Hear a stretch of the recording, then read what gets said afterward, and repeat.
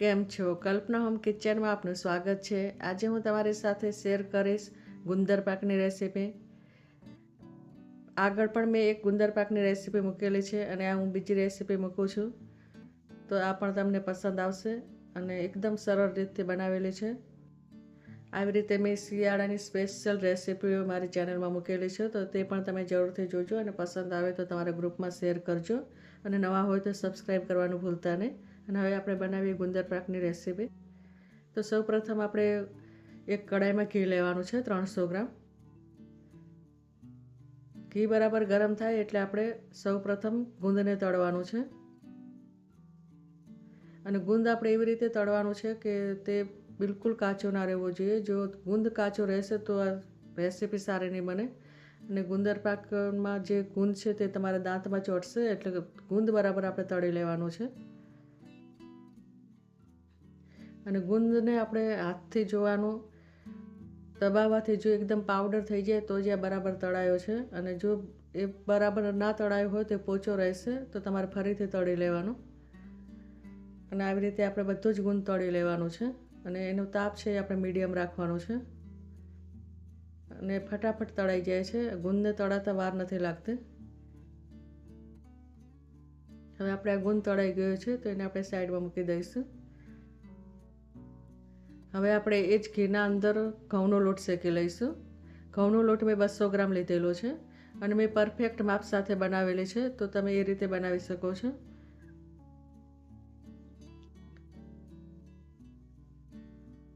તો આપણે આ જે લોટ છે એને ધીમા તાપે શેકી લેવાનો છે।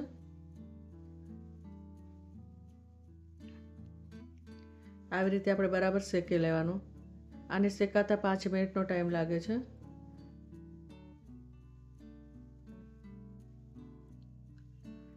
આનો જે કલર છે એ બ્રાઉન કલર થાય એટલે આ શેકાઈ જાય છે।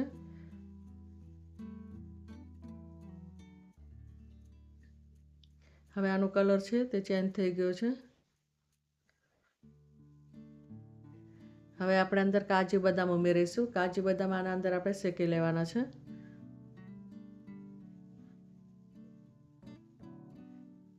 આવી રીતે આપણે 2 મિનિટ શેકી લેવાના અંદર।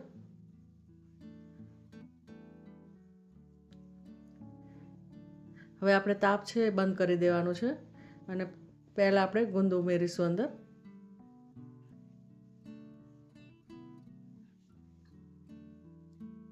આવી રીતે આપણે તાપ બંધ કરીને જ હવે બધા મસાલા ઉમેરવાના છે।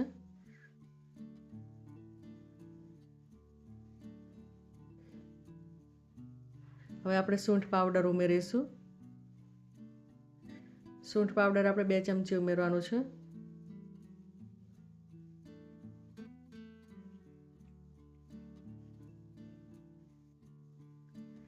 અને ગંઠોડા પાવડર છે તે પણ આપણે 2 ચમચી ઉમેરવાનું છે। અને નારિયેળનું છીણ આપણે 4 ચમચી ઉમેરવાનું છે। અને આ કાટલું પાવડર છે તે 50 ગ્રામ મેં ઉમેરેલો છે અને કોઈ પણ કરિયાણાની દુકાનમાં મળી જાય છે। અને આવી રીતે આપણે બધા જ મસાલાને બરાબર મિક્સ કરી લેવાના છે।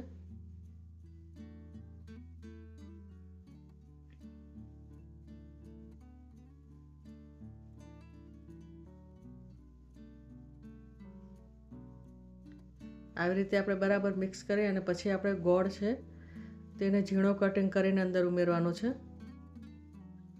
જ્યારે બધા જ મસાલા બરાબર મિક્સ થઈ જાય પછી આપણે ગોળ ઉમેરીશું અને ગોળ આપણે 300 ગ્રામ ઉમેરવાનો છે।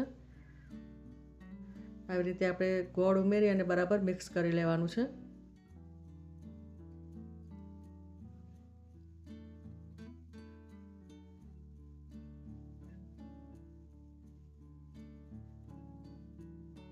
અને આપણે બધા મસાલા ઉમેરતી વખતે જ આપણે તાપ બંધ કરેલો છે અને બંધ તાપથી જ આપણે આ બધા મસાલા મિક્સ કરવાના છે।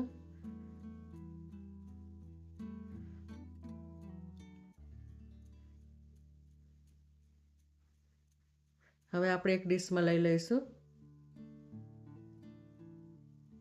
અને આવી રીતે આપણે એક ડીશમાં લઈ અને એને બરાબર પ્રેસ કરવાનું છે।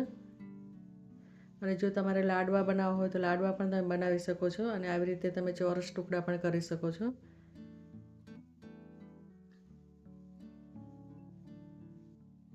આવી રીતે શિયાળાની સ્પેશિયલ રેસીપી મારી ચેનલમાં મૂકેલી છે બધે.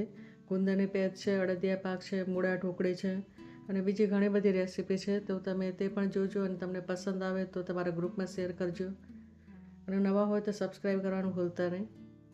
અને હું તમને આ રેસીપીનો ટુકડો કટિંગ કરીને પણ બતાવું છું. આ એકદમ સરસ બને છે અને જલ્દી બની પણ જાય છે, એનો વધારે ટાઈમ પણ નથી લાગતો.